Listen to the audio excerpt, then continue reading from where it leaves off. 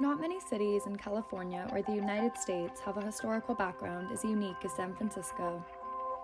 The city began largely developing in the 1800s with the mass arrival of Chinese immigrants and the gold rush.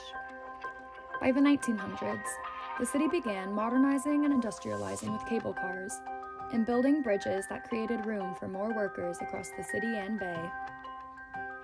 This led to the construction of mass skyscrapers and eventually the dot-com boom and rise of the tech industry that San Francisco is known for today.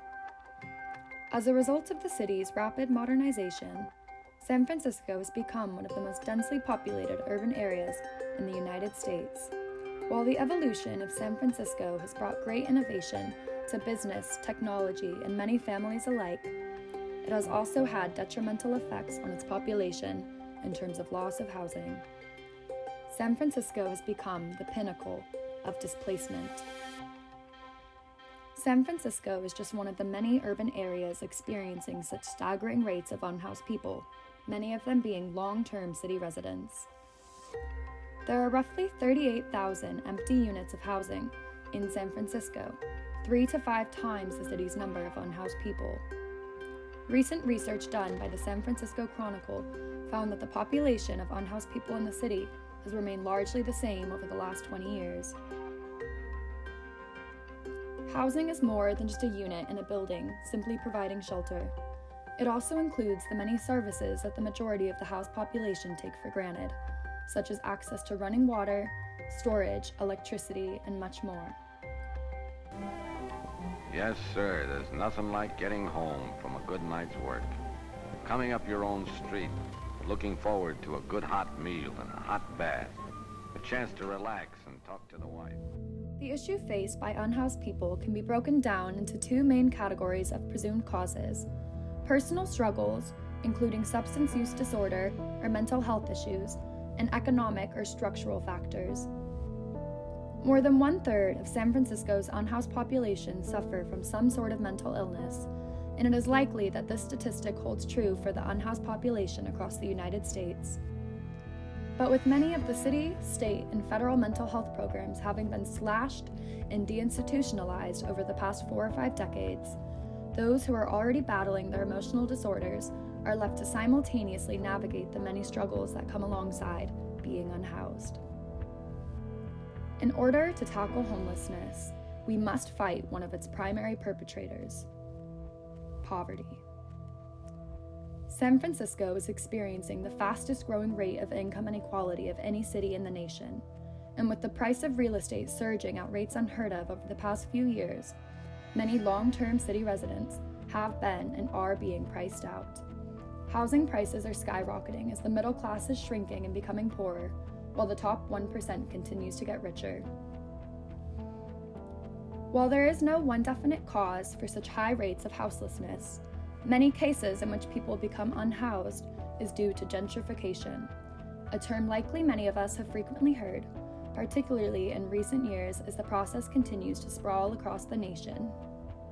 San Francisco happens to be a good archetype for cities experiencing gentrification, as the San Francisco-Oakland Bay area has recently been deemed the most quickly gentrifying metropolitan area in the country.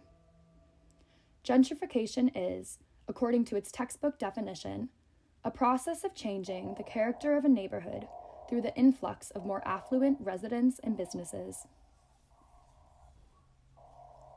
They seem to see it as their job of just upgrading buildings.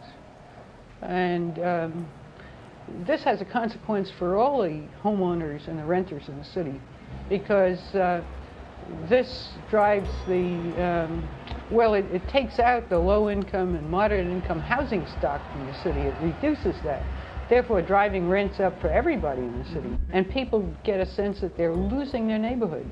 A neighborhood is more than just buildings. It's the relationships between people. The 1960s and 70s process of urban renewal in San Francisco by the RDA, or Redevelopment Agency, caused a mass displacement of primarily families and people of color from their longtime homes in the Western Addition, surrounding Fillmore Street, to the projects on the Hunters Point Hill.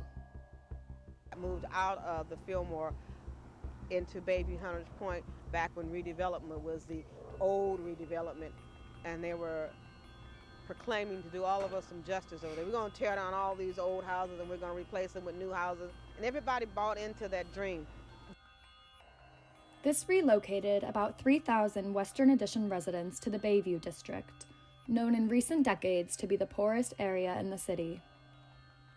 According to a 1963 piece by the San Francisco Chronicle, many of those displaced felt bitter at having ceded their sleazy homes to make way for smart, new, modern dwellings too expensive for them. President Justin Herron about the new plan for Hunters Point. It's going to look like one of the most beautiful sections that San Francisco has ever had, and it will be a place where black and white people will be doing their utmost to get into and live there, because it will be such a desirable community. Why will it be so desirable? Can you describe it? First of all, it will have, I think, some of the best thinking of designers and architects and landscape specialists.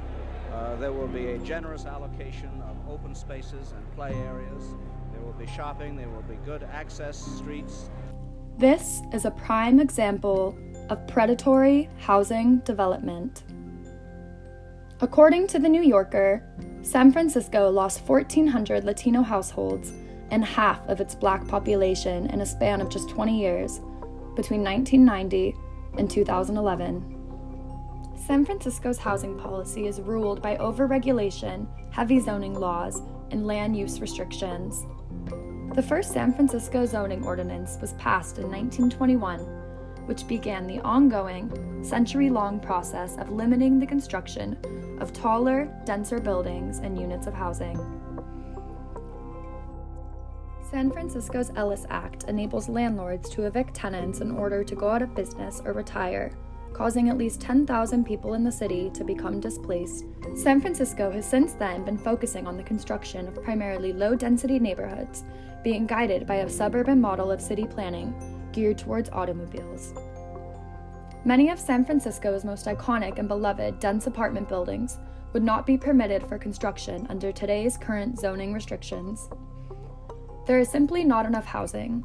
As of April 2021, California lost a congressional seat for the first time in its history, largely due to a mass lack of housing production, leading to displacement of individuals in the state. The crisis of homelessness is caused largely by the failure to build not only enough housing, but specifically dense, multi-family unit buildings. Anti-growth residents, which largely tend to be homeowners, have been continuously fighting against upzoning and the construction of new, dense housing units, such as apartment complexes, to, in their words, preserve the city. San Francisco City Planning Department and Planning Commission's members are made up mostly of homeowners, while its city residents are primarily renters. To even begin solving the crisis of homelessness across the United States, political will, public support, and resources will all be needed. San Francisco must follow a housing-first model. Density, specifically in urban areas that are known for it, must no longer be demonized by anti-growth residents, homeowners, and policymakers. We must stop focusing on large-scale luxury development and instead begin on upzoning and constructing dense multi-family unit buildings. We must hold our policymakers accountable and do our best to adopt or follow a YIMBY approach, standing for yes in my backyard, meaning we must support the increase of the housing supply within cities where housing costs have escalated to unaffordable levels. As Tim Colin of the SF Housing Coalition said, the city's housing crisis will not abate unless and until we dramatically increase production of housing projects. In recent years, the city of San Francisco has provided multiple sanctioned tent encampments for its unhoused population, and policymakers will be voting again soon on whether or not more should be sanctioned. However, even these encampments are expensive to initiate and maintain. They're not an ideal situation for everyone, and they are certainly not the best long-term solution. In the end, more housing will lead to cheaper housing, leading to less people being priced out of the market, leading to fewer people being left without shelter. With effective implementation, city programs surrounding the issues of housing and mental health struggles are able to help individuals work towards a better life. For example, LEAD SF, standing for Law Enforcement Assisted Diversion, helps to divert the unhoused population struggling with substance use disorder from the unnecessary involvement of law enforcement. Groups such as the SF Anti-Displacement Coalition bring together a variety of organizations to help city residents avoid being displaced. There are also many statewide and nationwide organizations helping to solve the issues we have been discussing. This video was made possible by Tees for Hope, a nationwide nonprofit run by Sean Mattingly.